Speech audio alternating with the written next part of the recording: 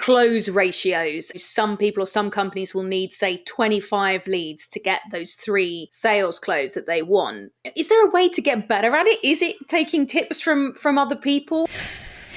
Paul Green's MSP Marketing Podcast. Another Byte. Hi, I'm Sophie Law and welcome to Another Byte. This is the YouTube show for MSPs who want to improve their marketing and grow their business. And every week we delve deeper into another episode of Paul Green's MSP Marketing Podcast with, helpfully, Paul Green. Otherwise it would be a bit of a quiet show. Never quiet with you in tow though, Paul. Thank you. I wanted to kick off by asking you were talking a lot on this episode of the podcast about startups like Bedroom, or one of my friends is completely obsessed with Amazon and how Amazon started in a garage, and he likes to tell me that at least 3 times a week.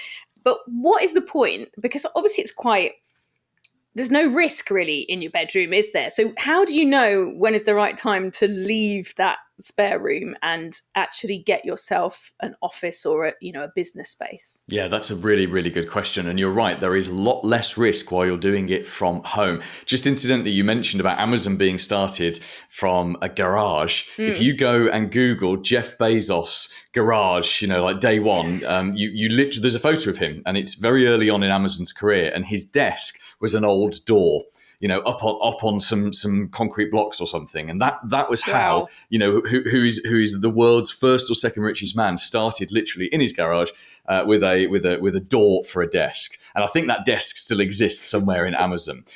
It's a great place to get started because, most people watching this show will have started their own MSP. I started my first business in 2005. I did it from the spare bedroom, and I don't regret any of it. It was a great way to get started and kind of dip your toe into the water.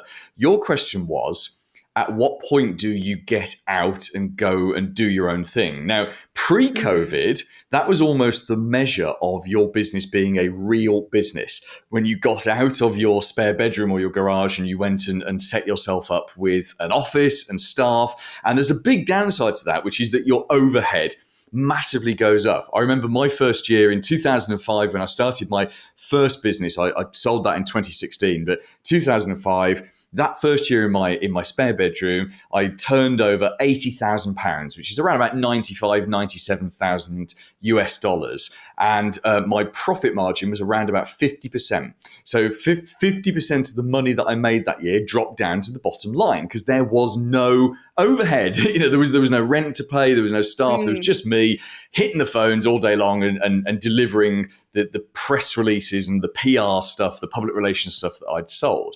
And then the next year, I went and got an office, and I got Lazy Lucy came to work for me, and then we fired Lazy Lucy, and we got Zoe, who was awesome, and then Claire and a whole load of other staff. And that second year, the turnover was something like 200,000. So having the extra resource was great because I was able to operate at a higher level, get more clients, sell more stuff to them. Guess what happened to the net profit? The net profit that second year was lower than it had been the first year. So we'd gone from 80 grand turnover, 40 grand net profit to about just under 200 grand turnover and around 20 grand net profit because all I'd done was I'd added a huge amount of expense and a huge amount of overhead. But it was worth it because we went on to grow a business that was turning over £1 million a year and was something that other people wanted to buy, so I could have a successful exit from that business. Now, that was pre-COVID.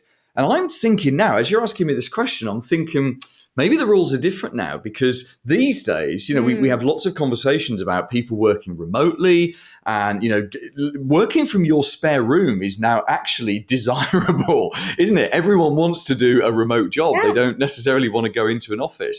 So I'm not sure these days, maybe that would change. Maybe these days your equivalent of getting an office would be getting a membership to like a WeWork or some kind of office sharing thing where maybe you and your team can meet sometime. Yeah. I would say check with the other half because I did have a conversation with one of my friends this week who said her husband had been told he could drop back down from 3 days in the office to 1. And she was devastated. So maybe check with your other half first before you go back to that spare room. But talking about sharing, one of the really interesting things you were talking about on the podcast to Andrew was recognizing what you lack, which, sometimes is easier than others in terms of personal/professional life. But the idea of forming a partnership, whether that be within your own MSP, or I love what Andrew was saying about forming a partnership with, say, for example, a web design company. So, what the client may think you do, but you don't do. And normally you would just say, oh, no, we don't do that. Finding someone that you can pass the business to. And when they're having similar inquiries, they can pass it to you. I thought that is a great idea. Yeah, it's a stunningly good idea. And I think, the older I get, the more I realise how important other people are. And I say that because when I first started my first business in 2005, no, hang on. When I was just 30 when I started my first business, and I was that classic arrogant young guy, thought, I've got all the answers, I can do it all myself. And I learned the hard way the value of other people. I did have a business partner at one point, and that didn't quite pan out, and we split ways. And these days, I consider my team to be my partners. So that the people that I work with in my business, they're all people I've worked with for years, and they might not necessarily be actual business partners, but they're as good as business partners because we cannot do it alone. And this is sometimes a tough lesson for us as business owners to learn. So the other thing I wanted to ask you about was MDF, which until I met you, I thought was the stuff that goes on the back of wardrobes before you push them against a wall. But apparently in this world, it means something entirely different. And I wondered whether, like with some companies and sort of maybe like councils or local authorities, there's a perfect time of year when they've got to get rid of all their budget in order to justify it for another year.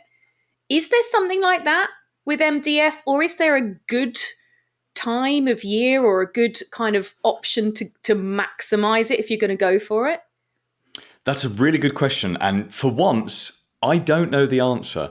I know the answer to the wooden stuff. It's medium density fiberboard. That's the thing you're thinking of. But in terms of marketing development funds, I don't know. Now, it would make sense, wouldn't it, that there is some kind of timescale to this, because we're talking major vendors. We're talking Microsoft level. So there's inevitably going to be a budget and a budget year and a point at which, that some executive somewhere has cut back on this budget or that budget. But yeah, in fact, I have a friend, Glenn, at Pure Channels, which is a marketing agency here in the UK, and he would know the answer to that. I'm not suggesting you call him, Sophie, but for MSPs who are watching this, who want to answer that exact question, go give Glenn a call at Pure Channels. Just Google Pure Channels marketing agency, and he deals with the big vendors for MDF all the time, so he would know the answer to that question. But it is a great question. All right, we'll look into it. I'll give him a call.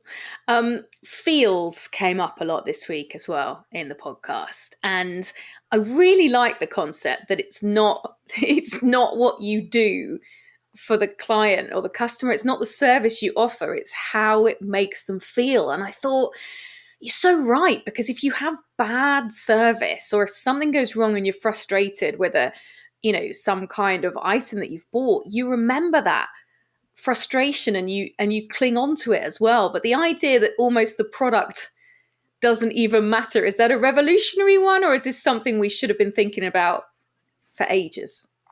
It's something we should know because we know it deep inside us. If you go to, let's say, a hotel, you go away for a nice night away with someone special, who maybe, perhaps your husband's at home looking after the kids, but you go away for a special night away, and you can go to the poshest hotel that's charged you the highest rate. But if you walk in and the receptionist is like this, they're like, yeah. What would you want? It's a tiny little detail that in 2 seconds, your experience has completely changed from one of, wow, what an amazing hotel this is, to one of, wow, the staff really don't care. Because if the person at the front desk is like that, what's everyone else going to be like? And I've always found in my life, and maybe you're the same, Sophie, that it's the little things that dictate how we feel about something, that dictate our experience of something. And I think this is the core thing for MSPs, and this is actually quite exciting. You because the people you're serving don't know whether or not you're any good at what you do. They just go on their feelings. So as long as the core competency of what the business does is good and works well, you should be absolutely fine. What you've got to spend more time focusing on is the little details. getting the little things right. And this is why I'm such a big fan of having a dispatcher or having someone triage. Go and get someone who works for Starbucks or your local Tim Hortons or someone like that. So who gives the best customer service there? Hire that person to come and sit on your service desk and answer your phones for you. You don't need a tech, but in fact, you almost don't want a tech person being the person picking up the phone, because that is the person who's going to say, hello, have you tried switching it off? That's not the great customer experience we want. What we want is, hi there, how are you today? Maybe not how are you today, but hi there, what's your problem? Oh, I'm really sorry you're experiencing that problem. Hey, let's get this sorted. No one needs technical training to do that. What they need is training on how to make people feel good and how to ask the right questions so they can log the ticket properly and the technical people can actually go and fix it. And it's all about the customer experience and how we feel about that experience. And do you think that works with closing as well? Because you're chatting a lot on the podcast this week about close ratios and the fact that, some people or some companies will need, say, 25 leads to get those 3 sales close that they want. And some people will need fewer. But is there a way to get better at it? Is it taking tips from other people? How do you, lower that close ratio? Because surely that's a better thing for your business. You mean, you generate 20 leads and turn them into 15 clients. That's the goal. A 3 in 4 close rate or a 2 in 3 close rate is utterly achievable. And the whole feel thing is more valid in sales than it is with customer service. Because once someone's made a decision to join you, they're sticking with you, not just for the contract, but probably for the next 5 to 10 years anyway. So it doesn't really matter if the little things aren't quite right. It will just push your retention at the edges, but you won't get them in the first place if you're not connecting with them at an emotional level. That's the trick. And the only way to do that is, you mustn't talk about technology. You mustn't use the word solutions, systems, networks, user, all of these horrible words. These are not words that are emotionally nice for people. Instead, you ask them about their favorite thing, and their favorite thing in the whole world is themselves. So you ask them about themselves, you ask them about their business, which is their baby, you ask them about their staff, you ask them about their plans, what keeps them up at night, what do they worry about, what do they want to achieve, where are they going, if you could wave a magic wand, what's the one thing you would change about this business? And you connect what your MSP does with where they want to go with their business. That's the trick. People buy with their heart. Well, they make the buying decision with their heart, Sophie, and then they pass the decision up to their brain for a rubber stamp. And that's all it is. The brain goes, ka-chink, yep, we approve of this. It comes back down to the heart and it goes back out to you. So, this is why you don't really need a technical person out selling. You need someone who is capable of connecting properly with the people you most want to reach. And finally, what keeps you up in the middle of the night? Nothing. Genuinely, I sleep very well because I love my work. We're on top of our cash flow. I have a great team. And I don't say that to boast because it's been years of hard work to get to this point. In fact, the only thing that keeps me up in the middle of the night is because I live in the countryside and there are animals out there making strange noises. We live like one house away from a massive field that's got badgers, foxes, sheep, otters. There wouldn't be otters in there. There's all sorts of things. And now and again, you'll hear a strange wail in the night and you think, is that an animal or is that someone being murdered out here in the countryside where no one would know? Oh, you've been watching too much Midsummer Murders. Oh, I have, yes. Well, that's reassuring to know. I'm so glad. Thank you so much for watching Another Byte. If you want to catch up with the podcast, all you need to do is search wherever you get your podcast. Just look for Paul Green's MSP Marketing Podcast, and we'll see you again next week. Paul Green's MSP Marketing Podcast. Another Byte.